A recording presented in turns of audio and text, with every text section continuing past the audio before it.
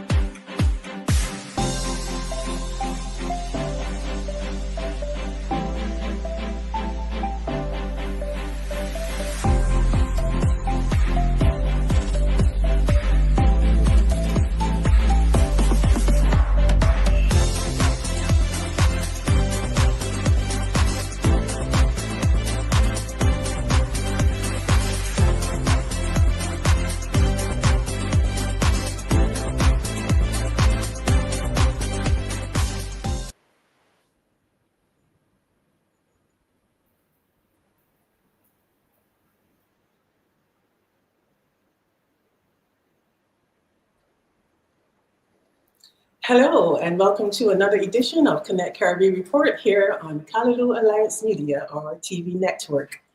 As we look at managing and implementing change in a Caribbean single economy, our conversation today will center around key leadership principles and inputs for managing and implementing change in the envisioned Caribbean single economy, and how can we navigate the complexities of a global economic while championing a stronger, more unified Caribbean vis-a-vis the newly established USVI initiative, Caribbean America's Single Economy, and CARICOM CSME. Coming up in the spotlight, we feature the U.S. Department of State 8th Caribbean United States Security Cooperation Dialogue under President-elect Trump's first term. So get ready for an enlightening discussion as we dive into this critical topic to uncover what it takes to build a Caribbean economy that thrives on shared goals, innovation, and resilience. I'm Jennifer Hyland, your co-host here on Connect Caribbean Report, where we're bridging the islands, uniting communities, and unlocking new possibilities for the entire region. So stay tuned as we dive into these stories and innovations that are shaping the Caribbean's bright future. So this is your front row seat to the next wave of regional transformation we're covering here on Connect Caribbean Report. We'll be right back with Ambassador Thomas and John Clendenin on Connect Caribbean World right after these messages. This is a Bloomberg Money Minute. Investors this morning looking at reports showing relatively tame inflation, okay economic growth, and a pickup in consumer spending and pending home sales. Billionaire Elon Musk calling for eliminating the Consumer Financial Protection Bureau, saying on his social media platform X, delete CFPB. He's one of two people tapped by President-elect Donald Trump to run what Trump is calling the Department of Government Efficiency that aims to slash the federal bureaucracy and cut government spending. And if you got shopping Friday, day after Thanksgiving, and you see a long line of people dressed in short shorts or miniskirts and sequin tops, they could be Taylor Swift fans. Taylor Swift's The Eras Tour book, on sale exclusively at Target stores starting Friday and on its website Saturday. The retailer has exclusive rights to this book, and you're probably not going to see a discount for the $39.99 title. The book is self-published by Swift through Taylor Swift Publications. Denise Pellegrini, Bloomberg Radio. This is a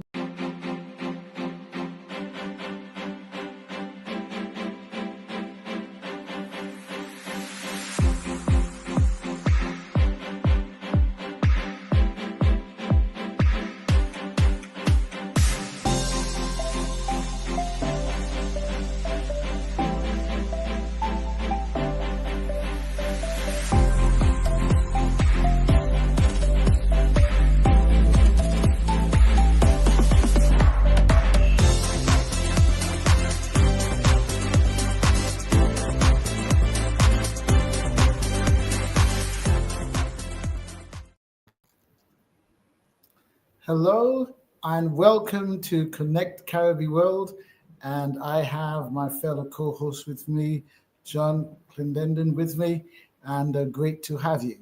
And today, yes, we are going to be talking about change leadership and the type of leadership required to take the vision of the Caribbean American single market economy and turn it into reality. I believe that great concepts without the structure to implement them only stay as great concepts. The world is filled with great policies in policy prescription manuals, policy prescription papers all around the world. If all the great policies that have been written, that have been studied, that have been discussed, and have been debated were implemented, we would live in a wonderful world. However, it takes leadership to turn great policies into reality. And many times it takes a particular brand of leadership, a particular type of leadership, which is change leadership, which is visionary leadership, to turn these policies into reality. Now, we have in the Caribbean an unprecedented moment whereby we can take the ingredients of the Caribbean economy, the positioning of the US Virgin Islands, CARICOM, and a group of political visionaries based in the US Virgin Islands and CARICOM, and a group of entrepreneurial visionaries based in CARICOM and the US Virgin Islands coming together to create what can be, what should be, and what must be. And what are we talking about? We're talking about leveraging the unique position of St. Croix and turning that into a major mega port for Caribbean trade, and also leveraging the unique position of the US Virgin Islands as a source of capital for the region. This is possible. The ingredients are there. However, it's going to take change leadership for this to happen. And my co-host John is an expert on change leadership. He lectures on change leadership at Harvard, and great to have you on the show. And I will want your thoughts on the type of change leadership that will be required to take this vision that we can feel, we can smell, we can taste it, and we know it's possible because the ingredients are there. It's not a fantasy. Yeah. A fantasy is when you try to create a future without the seed of the ingredients. This is a vision. Tell me, what do you think? All right. Well, thank you, Ambassador, for that. And that's one of the topics near and dear to my heart, as you know, change leadership and ethics, and more about multicultural leadership in a little bit, because that's what we have, is the blending of multiple cultures within our Caribbean diaspora. But when we talk about this managing and implementing change, I think it's important to understand, first of all, as we look at leadership, the challenges, okay? Because there's a complexity in here, independent of managing and implementing this change with the different elements that you mentioned, but there's some challenges. First, I would say there's four that I would bring up. The first is resistance to change, okay? And how do we overcome the resistance to change from individuals and groups? In the individual nations, and people have been tasked with the Caribbean economy for many, many years. And so the question is, how do we identify who are those people that are actually resisting change? So in times when you look at who can approve a project, one of the things I ask people to consider is, but think about who are all the people that can say no. And some of those people aren't in established positions, or people that were in prior positions, or people that are in the kitchen cabinet of leaders, and they're the people that can often say no. The second point is communicating the change. And one of the nice things I love about this concrete broadcast is that we're being effective rapidly and over the week in actually communicating what are the things that are going to be necessary. So we have to communicate the need for change. We have to think about the benefits of that change and have people really understand the magnitude of what we're trying to do as we try to build these megaports and transportation logistics system to support trade. The third part, I would say, is looking at managing the uncertainty, because people don't actually like the change, okay? And navigating this uncertainty and ambiguity in the change process, because people are going to look at this in a personal way. What is this change going to make to me? How do I optimize my personal gain? Or how do I mitigate my losses when something changes from the status quo that we're involved in? And we see that now with the change of administration, because lots of people are concerned about what's going to happen. And during this program, we're going to look at some of the things from prior Trump administration officials so that we can actually signal and communicate that some of these things people are worried about are just not going to happen. And the last is sustaining the momentum. How do we maintain momentum and motivation through this whole change process? So as we look at the different things, and later on we'll connect the dots about this managing and implementing the change that we hope to see with our vision, and go back to what you were saying, Ambassador, about the difference between having a vision and actually implementing it. Okay, thank you so much. Thank you so much. Now, there's something here that I want to really share so that I can help people understand what is this vision. Now, I would say the three elements to this vision. The first is we believe that the Caribbean region can trade and exchange goods and services and source capital within its ranks at a much higher level. We believe that the potential of our region has not been maximized. Now, in order to do that, we believe that we need to create a maritime logistics corridor that allows our islands to be interconnected. And that's one of the pillars that Connect Caribbean is actually responsible for, to deliver this ferry service to the region. That's just one element of it. Now, there's a second element of it, which is the utilization of the U.S. Virgin Islands as a capital of capital, as a capital of financial capital for the region. I believe that is major. Then the third is where the U.S. Virgin Islands is utilized as a megaport for U.S. trade, U.S. Caribbean trade, where the Caribbean entrepreneurs enter the region, enter the USA through the U.S. Virgin Islands, and where the port of the U.S. Virgin Islands and St. Croix is utilized as a megaport, and boats from our service take goods all across the region at a faster and cheaper way. Those are three major elements of it.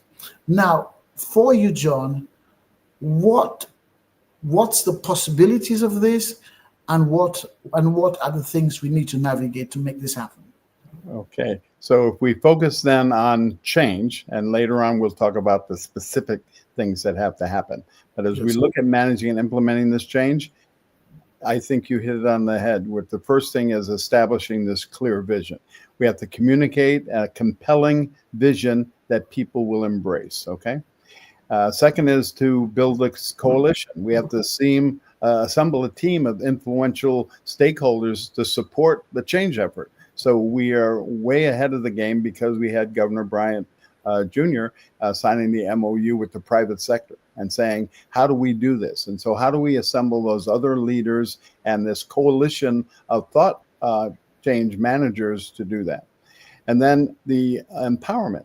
Okay, we have to somehow empower others and give them the autonomy to make decisions in their sectors and take ownership of the change. And finally, I think we need to celebrate our successes, both with our communications, and recognize and celebrate these things along the way so that we can build momentum and motivation. Jennifer? Thank you. Thank you very much. Gentlemen, John Clendenin there of the IC Group and Ambassador Thomas, for setting the framework and the foundation for discussion coming up. Certainly, practical benefits for creating a unified Caribbean single economy, the framework and stakeholder engagement focus that's needed to really make this initiative happen. But that's all the time we have for Connect Caribbean World. And coming up shortly, we have Connecting the Dots with John Clendenin and Chris Principe coming up right after these messages. With the Bloomberg Small Business Report, I'm Tracy Jonke, brought to you by Dell.com. Locally owned shops are not the only ones getting ready to welcome customers on Small Business Saturday. Restaurants, caterers, bars, bakeries, and coffee shops take part too. And discount-minded customers will find deals at those places as well. You don't even need to order from the menu, especially if your refrigerator is full of Thanksgiving leftovers and dining out is the last thing on your mind. Restaurants will gladly sell you gift cards, often at a discount, to spend on a future meal. Future business is another reason independently owned restaurants want to catch your eye, because there's a good chance that if you decide to try one for the first time, it won't be the last time. American Express, which founded Small Business Saturday, says 61% of consumers who shopped and dined the day away last year intended to return to the businesses they discovered and become regulars. And that's the Bloomberg Small Business Report.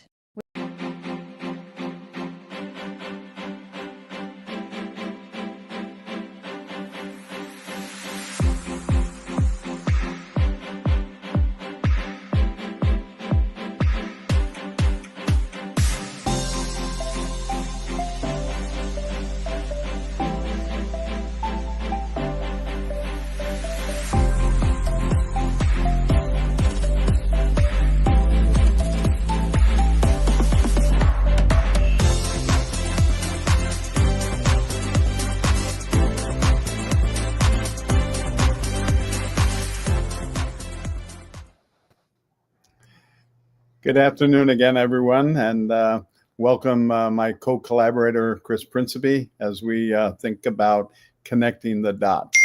And what we're going to think about now is what are these different things that we have to do as far as change leadership and management in figuring out how to actually implement this change. So we have this vision, and the change leaders with a clear and compelling vision for the future of what we're going to do. We're going to be communicative and communicate effectively and transparency with the stakeholders. We're going to seek adaptability. Change leaders are agile and able to pivot when the circumstances change, and we're looking at what are those changing circumstances that we have to address. And we have to be resilient. The change leaders are able to navigate the uncertainty and the ambiguity of what we're doing. And the final part about inspiration, okay? We need to inspire and motivate others. And so when we're looking at this, the kinds of things that we have to change, particularly in the port infrastructure that the ambassador talked about, is that we have what's known as the Port of St. Croix. But there are actually many multiple ports about what has to happen as we look at going into the future, because we have a molasses port. We have ports that are dealing with the refinery. We have the old ports at Renaissance Park. We have a port at Gallows Bay that does some inner island transfer now and has a ferry boat service. So, and we have ports with our Water and Power Authority that bring in fuel and shipments and look to support some of the building, such as Gold Coast yachts that we'll talk about in a little bit. But as we look at doing this, it comes about how do we have the money to do this? And that's what is the important part. And then I'll turn it over to Chris to think about what are the innovative things that we have to change when we're looking at how do we get the financing available, particularly if the rest of the Caribbean looks at the U.S. Virgin Islands as being that intermediary between possible funding from the United States looking to open their markets to the Caribbean. Chris? Yeah, John, thank you very much. And I just want to reference back for a second to the interesting comments that you had with the ambassador. And, you know, one of the things is a good vision. The ingredients are here. But what I think will really bring it home is when people see real examples of progress that's being made. So things that are actually happening. So we don't get caught up in this is just another conversation. With when you have things that we can point to that are actually happening today to make this vision and keep it on path, then that can help us with the motivation as well as the momentum, which, as you mentioned, is key. And when we talk about the financial side, we've really not done very well in terms of making this region attractive for the banks to feel comfortable to participate in. That's going to be a challenge because, again, de-risking has pulled a lot of the banks out of the region, and a lot of that kind of built-in funding that would be there is not available at this point. So we need to look other places. And if we look at governmental guarantees, if we look at money that is coming in from the private sector, these are the kind of avenues that we really need to look at, I think, going forward, John. Yeah. So, and particularly, Chris, as we look at connecting these dots, because there is money and finances needed in many different areas. So as you say, the major banks, and weeks ago we talked about the major banks leaving the area. Okay, so if the major banks have left the area, who are going to be the new banks? Do we form our own new Caribbean banks? Do we have banks that are willing to go into this area and change their nature, their behavior, as we talked about before with the past redlining of our communities, and say, we're going to actually do that service? When we talk about angel investors, how do we connect the dots? Because as we know, there's a lot of Chinese investment that has come into the area. And we talked last week about the mega port in Cusco that's happening in Peru. But there's all sorts of money that's available in the international economy. And we have to be careful because our history is one of being exploited as colonies of other people with their salient interests and parochial values of what they're trying to do. So if we look at saying, how do we bring in the various angel investors and then institutional investors, and how do we look at, are we going to do this with people seeking equity in our economy, or are we going to look at people that are going to do debt? Okay. And then we have all this area of connecting the dots with the various grants that are available.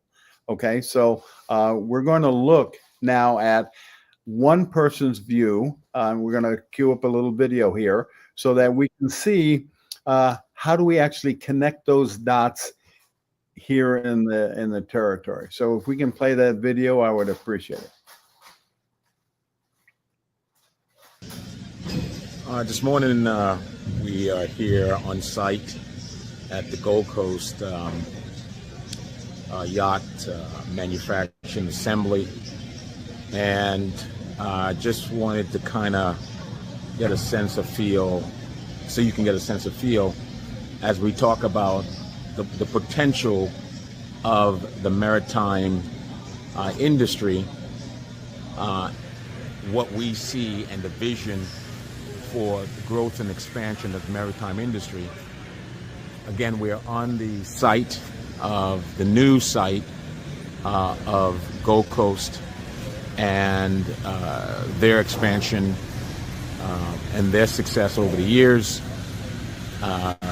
Their growth has led to this brand new facility. What you're looking at right now is a yacht under construction, and so as we look to coordinate, plan, organize all of the different building blocks of building this industry, there is an existing industry in place that we're going to use that as a foundation, making the case for a wider, broader, bigger industry for helping to create jobs, new investment opportunities, create ancillary businesses, et cetera, et cetera. And so when we talk about St. Croix shipyards, and you know the word is the plural is shipyard. So it's not a single shipyard. There will be multiple shipyards to build and make this industry.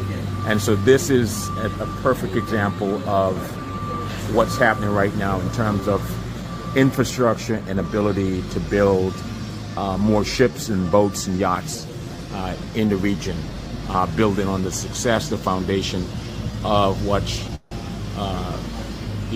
those who made the commitment, invested in the community to do this. And so we're really excited. And so we're looking at those low-hanging fruits while we look at the big picture, but this is obviously the inception of that. And thank you for you all tuning in, and look forward to keeping you abreast. Thank you so much. That was Anthony Weeks, one of the co-founders of SETI Chase, and looking at how we're connecting the dots locally. So what you saw was the Gold Coast Yacht Facility that they've just moved into a new 7-acre facility in Golden Rock and St. Croix. And they are moving from an old location that was in the Salt River Marina. And so we're talking about how do we change? And now they have the capacity of building more yachts. They're building a pier that extends out into the waterways. There's other channels, deep channels that are with the Wapa Pier. And it gives the opportunity now with these mega yachts that are sold around the world to now also look at how do we take the mega yachts that are in the Caribbean that seek shelter during hurricanes. So if we build next to this facility with government land and cooperation, we have a private public partnership where we can have a place where the yachts can go and be anchored down to satisfy the insurance requirements. So the millions of dollars of yachts that go throughout the Caribbean now have a safe harbor to actually come and take advantage and have an insured place that they can come and harbor. So this is one of the ways that it takes actual people doing little things that collectively will make this vision happen. Any comment from you, Chris, before we go back to Jennifer? John, for me, that video was really exciting because it shows actual things happening. You know, people are investing, they are building. And when we see those kind of things, that helps to attract the financial community because there's something tangible and something real there. And it also pointed out to me that when we talk about the megaport of St. Croix, that we also have to look at what are those complementary pieces that need to go with it. As you mentioned, an area where yachts can be safe from storms, but also dry docks so we can repair and service merchant ships, as well as dry dock facilities potentially for U.S. Navy or other communities that and countries. So these are really important things, and great to see that video, John. Thank you. Right, and that's how we're connecting the dots. Back to you, Jennifer. Thank you, gentlemen. Really good to see the private sector initiatives that can really play a part in accelerating the transformation. So really great introduction there and what's happening on the ground there in St. Croix. But coming up, we're going to take a break now, and coming up, we'll be watching the video of President Trump in his former term and the position with regards to the U.S. In terms of the Caribbean's position. So we'll be watching that video as soon as we come back from a commercial break. So stay tuned. This is the Bloomberg Real Estate Report. I'm Denise Pellegrini. A warning about struggling office landlords dealing with partially empty office real estate. And there are some very big flashing warning signs that I think a lot of Americans really don't know and a lot of investors don't know. John Devaney is CEO of United Capital Markets. The regional bank system still remains in deep trouble. There are office mortgage defaults that will be considerably higher than what anybody might imagine. 15 cities in our country right now: San Francisco, Chicago, Philadelphia, Oakland, Los Angeles, Washington, D.C. 20-30% of every single building is underwater right now, maybe more. Quite a few defaults have already happened, and we expect quite a bit more to come. Growing number of people are going back to the office in LA and elsewhere, according to Castle Systems, but in some places it's still only half pre-COVID levels. And that's the Bloomberg Real Estate Report.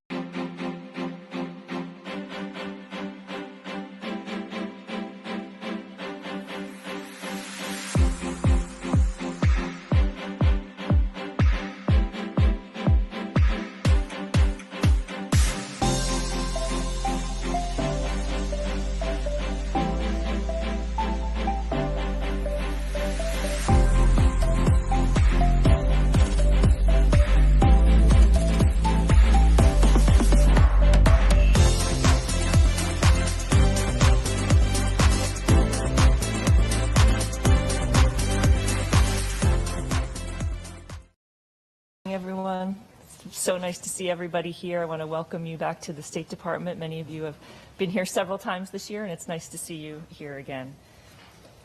This administration sees the Western Hemisphere, Canada, Latin America, and the Caribbean as a strategic priority for the United States.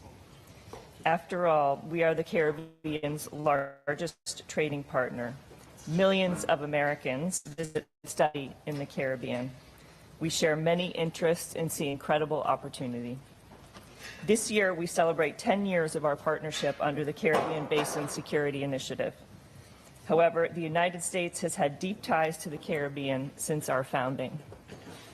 George Washington's only trip outside of the continental United States was to Barbados.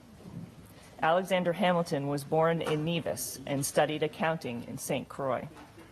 Thomas Jefferson couldn't have negotiated the Louisiana Purchase without the freedom fighters in Haiti who forced France to reconsider its global ambitions.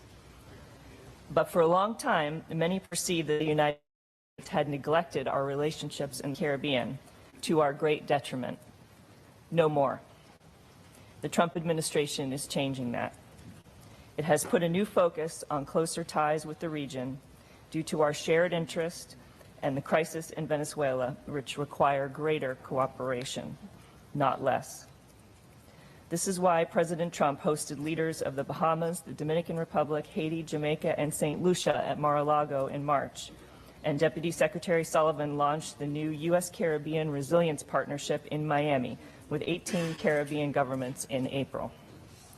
We are further building on those efforts to draw on all tools of the U.S. government to expand and enhance our relationship in the Caribbean.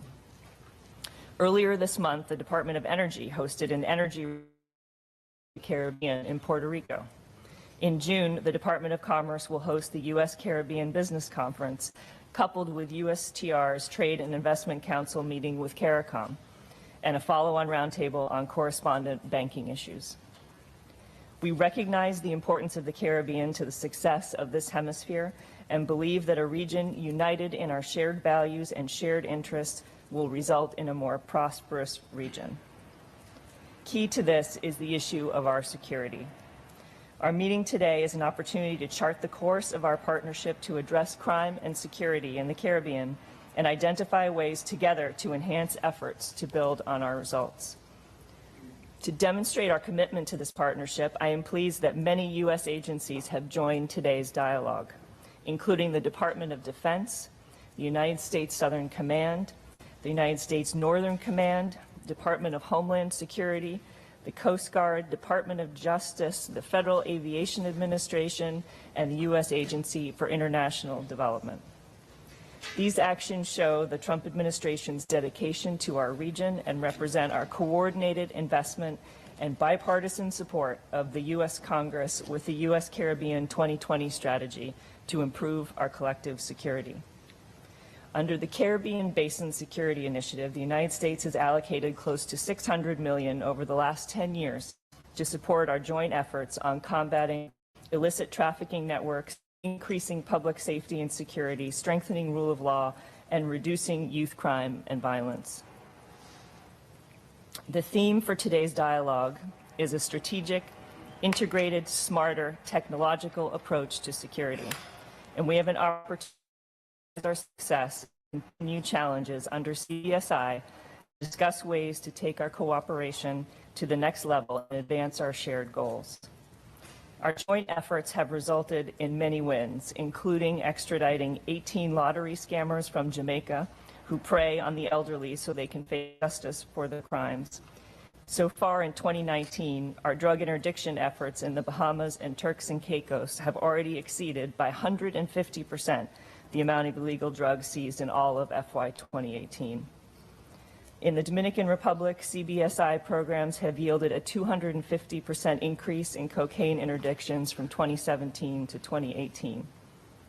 In April 2019, Trinidad and Tobago passed comprehensive civil asset recovery legislation drafted with support from CBSI's Caribbean Senior Financial Crimes Advisor, making it the 6th country in the region to pass such legislation with CBSI assistance. USAID has also worked with at-risk youth in over 400 communities, greatly improving their employment prospects. I commend CARICOM for adopting its first ever regional counterterrorism strategy last year. More countries in the Western Hemisphere should follow your leadership on this. These successes have occurred because leaders in government, in the private sector, and in civil society took ownership of the challenges and showed willingness to jointly address them. In addition to achieving clear, measurable results under CBSI, the Caribbean continues to face increasing threats from terrorism, transnational criminal organizations, illicit trafficking, and illegal migration. Violent extremists from the region have chosen to join ISIS. Trinidad and Tobago is grappling with the highest per capita recruitment of foreign terrorist fighters in the Western Hemisphere. The government of Trinidad and Tobago has recently estimated that a number between 130 and 160 have joined. We continue security to tackle these challenges. On illicit trafficking, whether drugs, firearms, or people, ruins lives and destabilizes societies. Transnational criminal organizations exploit permissive environments to their economic and threaten our citizens. Better coordination of law enforcement efforts and judicial systems and a vibrant society are essential to tackling these challenges. Further to this, we urge all of our Caribbean partners to be united and ratify the San Jose Treaty, an agreement that will give our maritime authorities an important law enforcement tool to the economy. Manage the destabilizing crisis of Venezuela and the thousands of Venezuelan migrants who have sought refuge in your countries. In some of your countries, the numbers now reach as high as 10% of their populations. We want to support you as you respond to the increasing migration flows and results that impact your communities. We will be sending the United States Navy ship Comfort to the Caribbean to offer this assistance. We cannot remain silent on the political, economic, and humanitarian crisis in Venezuela.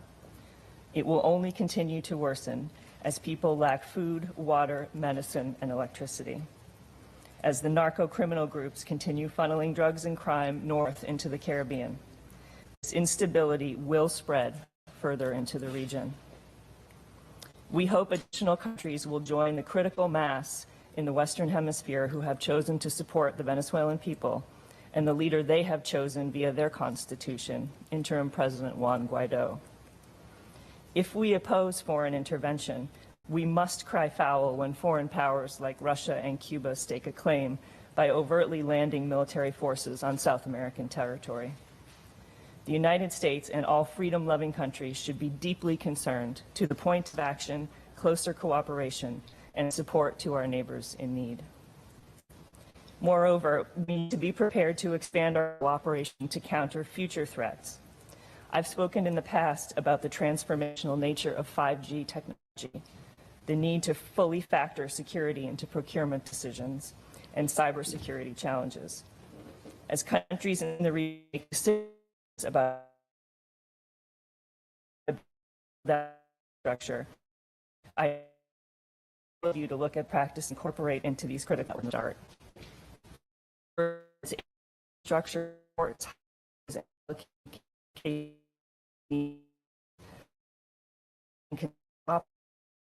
issues.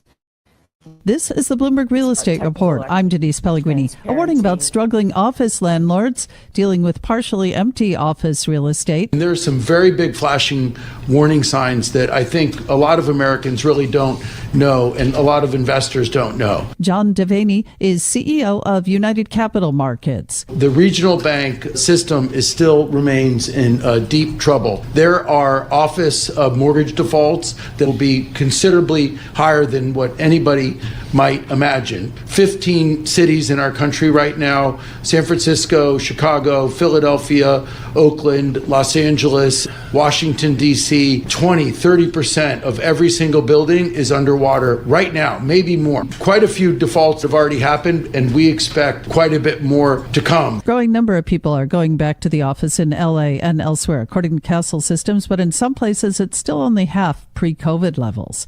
And that's the Bloomberg Real Estate Report. Reimagine a world where the Caribbean is seamlessly connected, where our people, our cultures, and our economies move freely across the islands. This is Connect Caribbean, more than a ferry service. It's the heartbeat of a new era, an era where economic opportunities expand, where trade flows freely across our seas, and cultural exchange flourishes. We are linking businesses, empowering communities, and reigniting the hope for a truly integrated Caribbean. Together, we're shaping a brighter, more unified future for the Caribbean. Connect Caribbean, connecting our islands, our people, our future.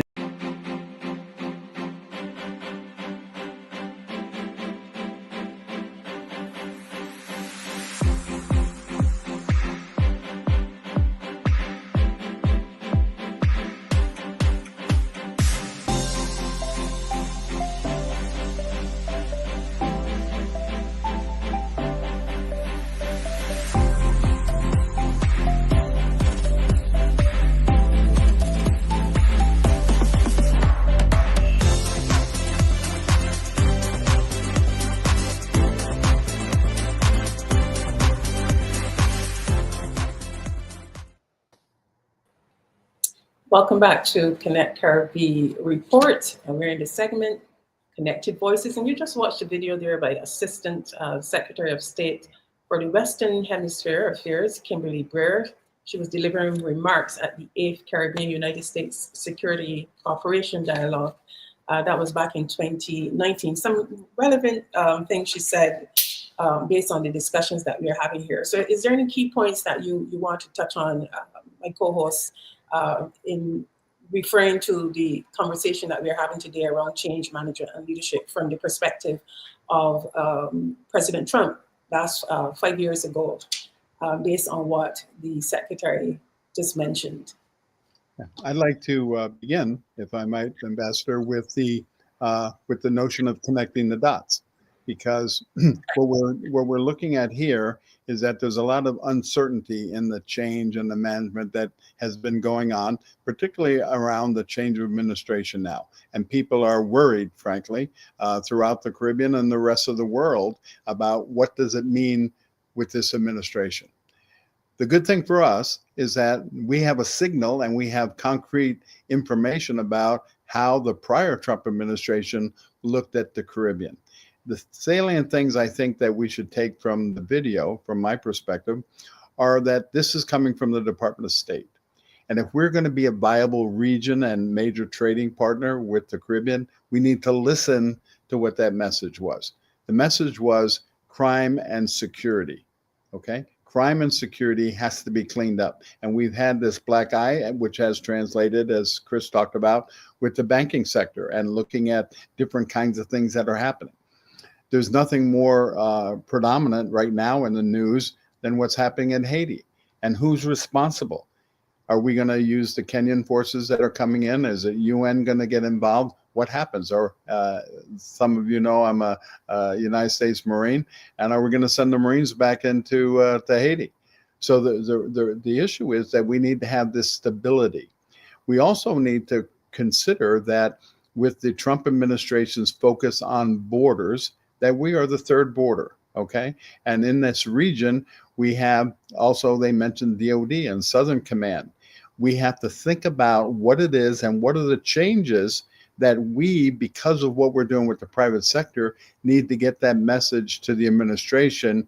And in particular, one of the things that we have mentioned over and over in the show is about workforces. So we have to solve the visa problem with these are the CARICOM visa, much like the Schengen visa and things, so that peoples in our single economy can travel, particularly if St. Croix and the U.S. Virgin Islands are going to lead the effort in this collaborative community. We have to be able to have people from the Caribbean come to St. Croix. We have a separate border police and customs organization and have those visa requirements waived so that people can travel freely. Because if we're going to do this infrastructure development, and there's some $15 billion that needs to have, we need to have the workforce and we need to have the training of those people that can come to the territory. My comments, Ambassador. So you're basically looking at economic and social challenges that Caribbean nations are going to be facing in terms of aligning the policies for this single economy. Yes, so these challenges we have been facing. We're not going to be facing new challenges. What we're facing is an opportunity to get back to an administration that is actually looking at critically the Caribbean and its value. So what we have to do is get about doing the things from the vision that the ambassador talked about of saying, we have this vision, well, how are we going to implement it? And I think we have good news that's coming in with the administration to actually put some teeth behind what we've been talking about. So my question for Ambassador Thomas then, in terms of balancing the interests while promoting regional unity, what are some of the leadership issues and qualities required effectively to manage and implement basically what John is saying? What's needed for the Caribbean single economy for this to work?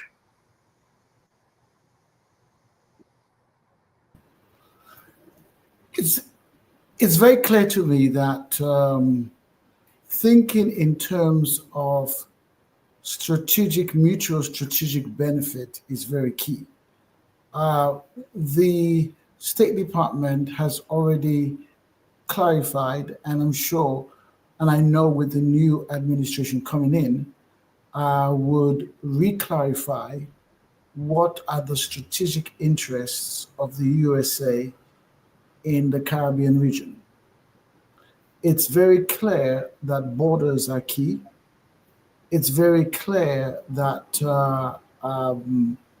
investing and seeing more American engagement in the Caribbean rather than higher Chinese engagement would be a priority, is very clear. And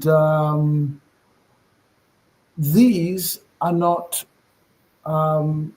anti to the interests of CARICOM. And so I see that there is a natural synergy of strategic interests. There's a natural synergy here. And if, in fact, the project that we are involved in, that we are actually leading, is in the strategic interest of CARICOM, but it's also in the strategic interest of the USA to have a Connect Caribbean service across the region that has a hub in St. Croix. That's in the strategic interest of the USA as well. So what I see here is that I see there is an opportunity to execute and really advance U.S. Caribbean ties under this administration. Right. Thank you, Ambassador Thomas. And as you were speaking, we're talking about the Caribbean American single economy, and CARICOM also have its policy with respect to U.S. relations and so forth. So I have a question though about, advocating for stronger regional representation, on the global economic stage with respect to the U.S. policy, particularly when it comes to finance and trade. I really want to get Chris's take on that in terms of what we're building here in the Caribbean American Single Economy. The city, CARICOM, already has its policy initiative when it comes to the U.S., the United States of America. So how are we going to build that stronger regional representation on the global stage when it comes to trade and finance? I mean, we got diaspora in terms of remittance and investments, and all of this plays a part of the goals and resources. So how do you see that playing out in this new administration and CASE and CARICOM? Well, Jen, for me, it was really interesting to see that video. It's a positive and encouraging message. I would really like, though, to see early in the new administration that they restate these same sentiments that were in that particular video, as well as enhance and embrace them. I think when it would come to the financial side of things, that the U.S. government can play a role in helping banks and financial institutions to recognize the strategic need and maybe look to, with some government assistance, look to be able to come and start servicing at least some strategic initiatives in the region. So I hope and I look forward to seeing some of those things happen. And as John mentioned, security and crime were clearly the two top things, but there was good mentions about the banks, good mentions about education, good mentions about the strategic value of the region in general. And again, I just take that as real positives, but it's just like we said a little bit earlier, we need to see some real actions. And those actions will create the momentum and the leadership that is needed to actually get things on the ground and finished. Right. And Chris, as you're talking about hoping, okay, and I would remind us of the great words of Alexander Dumas as he ended the Count of Monte Cristo, wait and hope, okay? But I think that time is over, as the ambassador talked to us about. We have to facilitate this change. So my recommendation is that we take those words of the prior State Department and we refresh them with the current environment and the things that we know that we need to have that policy in that position. So while we're doing this transition, we need to have those meetings with State Department officials from the United States. And I'm, smiling because I know that Ambassador Thomas is already involved with that. But we need to take this, instead of hoping that something will happen, we need to facilitate this change as we manage and we implement it with the things we need for our diaspora. Well, John, it's interesting too, because when we talk about hope, and we're very hopeful that this administration will follow through more strongly on many of the things that we have there. Really to gain some of that, we need a much louder voice, John.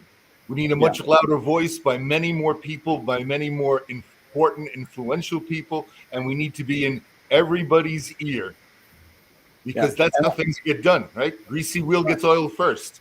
Yeah, and as we saw by Lisa Daly's comment about this long time waiting, okay? Longer than twine. I mean, as we say here in the Caribbean, we have to get to the point where we get to the next level. We have things that has to be done, and we need to get about doing that. And I think that this critical mass is coming together now. We have this private partnership, private-public partnership, and we have wonderful things ahead of us. But we have to, as the theme of this particular show is, what is this leadership going to be about? What is it upon us as leaders in this collaboration? What are we going to do to manage and implement that change? And I think that people have been waiting long enough. And we now have those elements, that we have this vision, and now we have to take that vision, our dream, and turn it into reality. What say you, Ambassador? Are we gonna do this? Absolutely. Now, creative people rule the world. Bold, creative, adaptable, visionary people rule the world. and we are. And we're going to do this. Okay. And I would remind us also, academic side, Machiavelli centuries ago said, there's nothing more difficult than accomplishing change. True. Well, what interesting conversation and discussion we had today. Really love the perspective of our host, Ambassador Thomas. He's the chairman and CEO of Connect Caribbean, Cleon Group Inc. Thank you very much, John Clendenin from the IC Group. He's the president and CEO. And Chris Principe, thank you very much. He's a publisher of Financial IT. And this was really a great conversation, a great topic to talk about what to expect and what we need to do and face the changes that really would be required to bring this vision to fruition. As Dr. Thomas said at the top of the show, the ingredients are there and we can make it happen. And we really, really want to thank you for joining us. I appreciate our guests comment from, I believe her name is Lisa Daly. Thank you very much for commenting. And we thank you much for joining us, the viewers and listeners from around the Caribbean, there in the US Virgin Islands.